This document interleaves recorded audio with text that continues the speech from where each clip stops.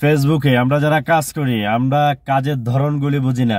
আমার এই আজকের ভিডিওর মাধ্যমে আমি আপনাদেরকে A to Z আপনারা কি করলে কিভাবে কাজ করলে আপনারা সফলতা অর্জন করতে পারবেন এই বিষয় নিয়ে আমি আপনাদেরকে ছোট্ট একটা মেসেজ দিতে চাচ্ছি। প্রিয় ভাই, শুরু থেকে আমরা যারা নতুন কাজ করি, আপনি যত বড় কন্টেন্ট ক্রিয়েটর হন না কেন, আপনার টার্গেট থাকতে হবে। আপনি অন্যের ভিডিওকে যত বেশি প্রাধান্য করবেন অত দ্রুত আপনি এখানে সফলতা অর্জন করতে পারবেন। তবে আমি অনুরোধ করব, আপনারা অন্যের ভিডিওগুলি কিভাবে দেখবেন। আপনারা অন্যের ভিডিও দেখলে যে আপনাদের সফলতা আসবে এটা আপনি কিভাবে বুঝবেন। প্রিয় ভাই, আমরা অনেকেই আছি ফেসবুকে কাজ করি, আমরা মনে করি যে আমরা অ্যাক্টিভ থাকি। কিভাবে? কারণ একটা ভিডিও যদি আসে, সে ভিডিওটা আমি প্লে করার পরে এরপরে উপরে ধাক্কা দিলে দেখতেছি ওখানে পিছনে আরেকটা ভিডিও আসছে। এখানে গান বাজনা নাটক কৌতুক বিভিন্ন ধরনের বিনোদন দেওয়ার মতন একটা ভিডিও। এই ভিডিওটা দেখতে আমার ভালো লাগতেছে, কিন্তু এই ভিডিওটাতে অন্তপক্ষে 3 মিনিট 7 মিনিট 10 মিনিট এবং কি 1 ঘন্টা পর্যন্ত আছে সে ভিডিওটা আমরা দেখি, তাই না ভাই? এবং কি মাঝে মধ্যে আমরা হিন্দি ফিল্ম এবং বাংলা ফিল্মও পর্যন্ত আমরা আমাদের ফেস থেকে ওখানে লেগে থাকি, কারণ ওই ফিল্মটা মজা লেগেছে এই জন্য, তাই না ভাই?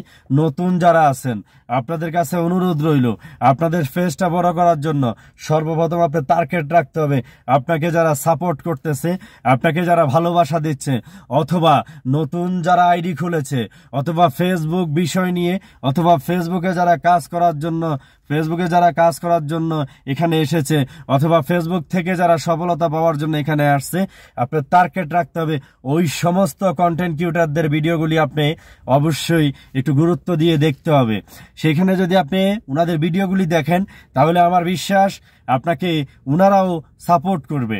আর এভাবে একে অপরকে যদি এভাবে সাপোর্ট করতে পারেন আপনার নতুন পেজ নিয়ে, তাহলে আপনি অতি দ্রুত সফলতা অর্জন করতে পারবেন। এটা আমার কথা, অবশ্যই এটাতে আমি প্রমাণ পেয়েছি, এজন্য আপনাদের সাথে কথাগুলি আমি শেয়ার করেছি। একটা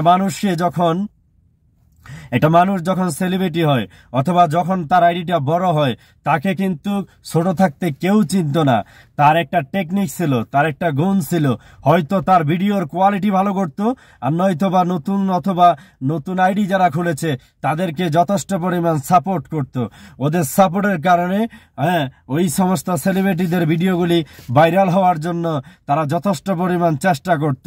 শুধু তাই না, উনি ভিডিওর মানটা ভালো করছে, যার ফলে ওনার ভিডিওর মানের কারণে ফেসবুক টিম ওনার ভিডিওগুলি বিভিন্ন কন্টেন্ট ক্রিয়েটরের কাছে পৌঁছিয়ে দিত। সেখান থেকে সবাই লাইক কমেন্ট শেয়ার এবং কি ফলো দিয়ে ওনার ভিডিওগুলি দেখতো। তার মানে কি, উনি এক কথায় বলি ভাইরাল হওয়ার জন্য ওনার এই 2টা তরিকা ছিল। তাই আমি অনুরোধ করব, যাদের এই 2টা তরিকা আপনারা মানতে পারবেন 100%, আপনি এখান থেকে ফেসবুকে সফলতা অর্জন করতে পারবেন।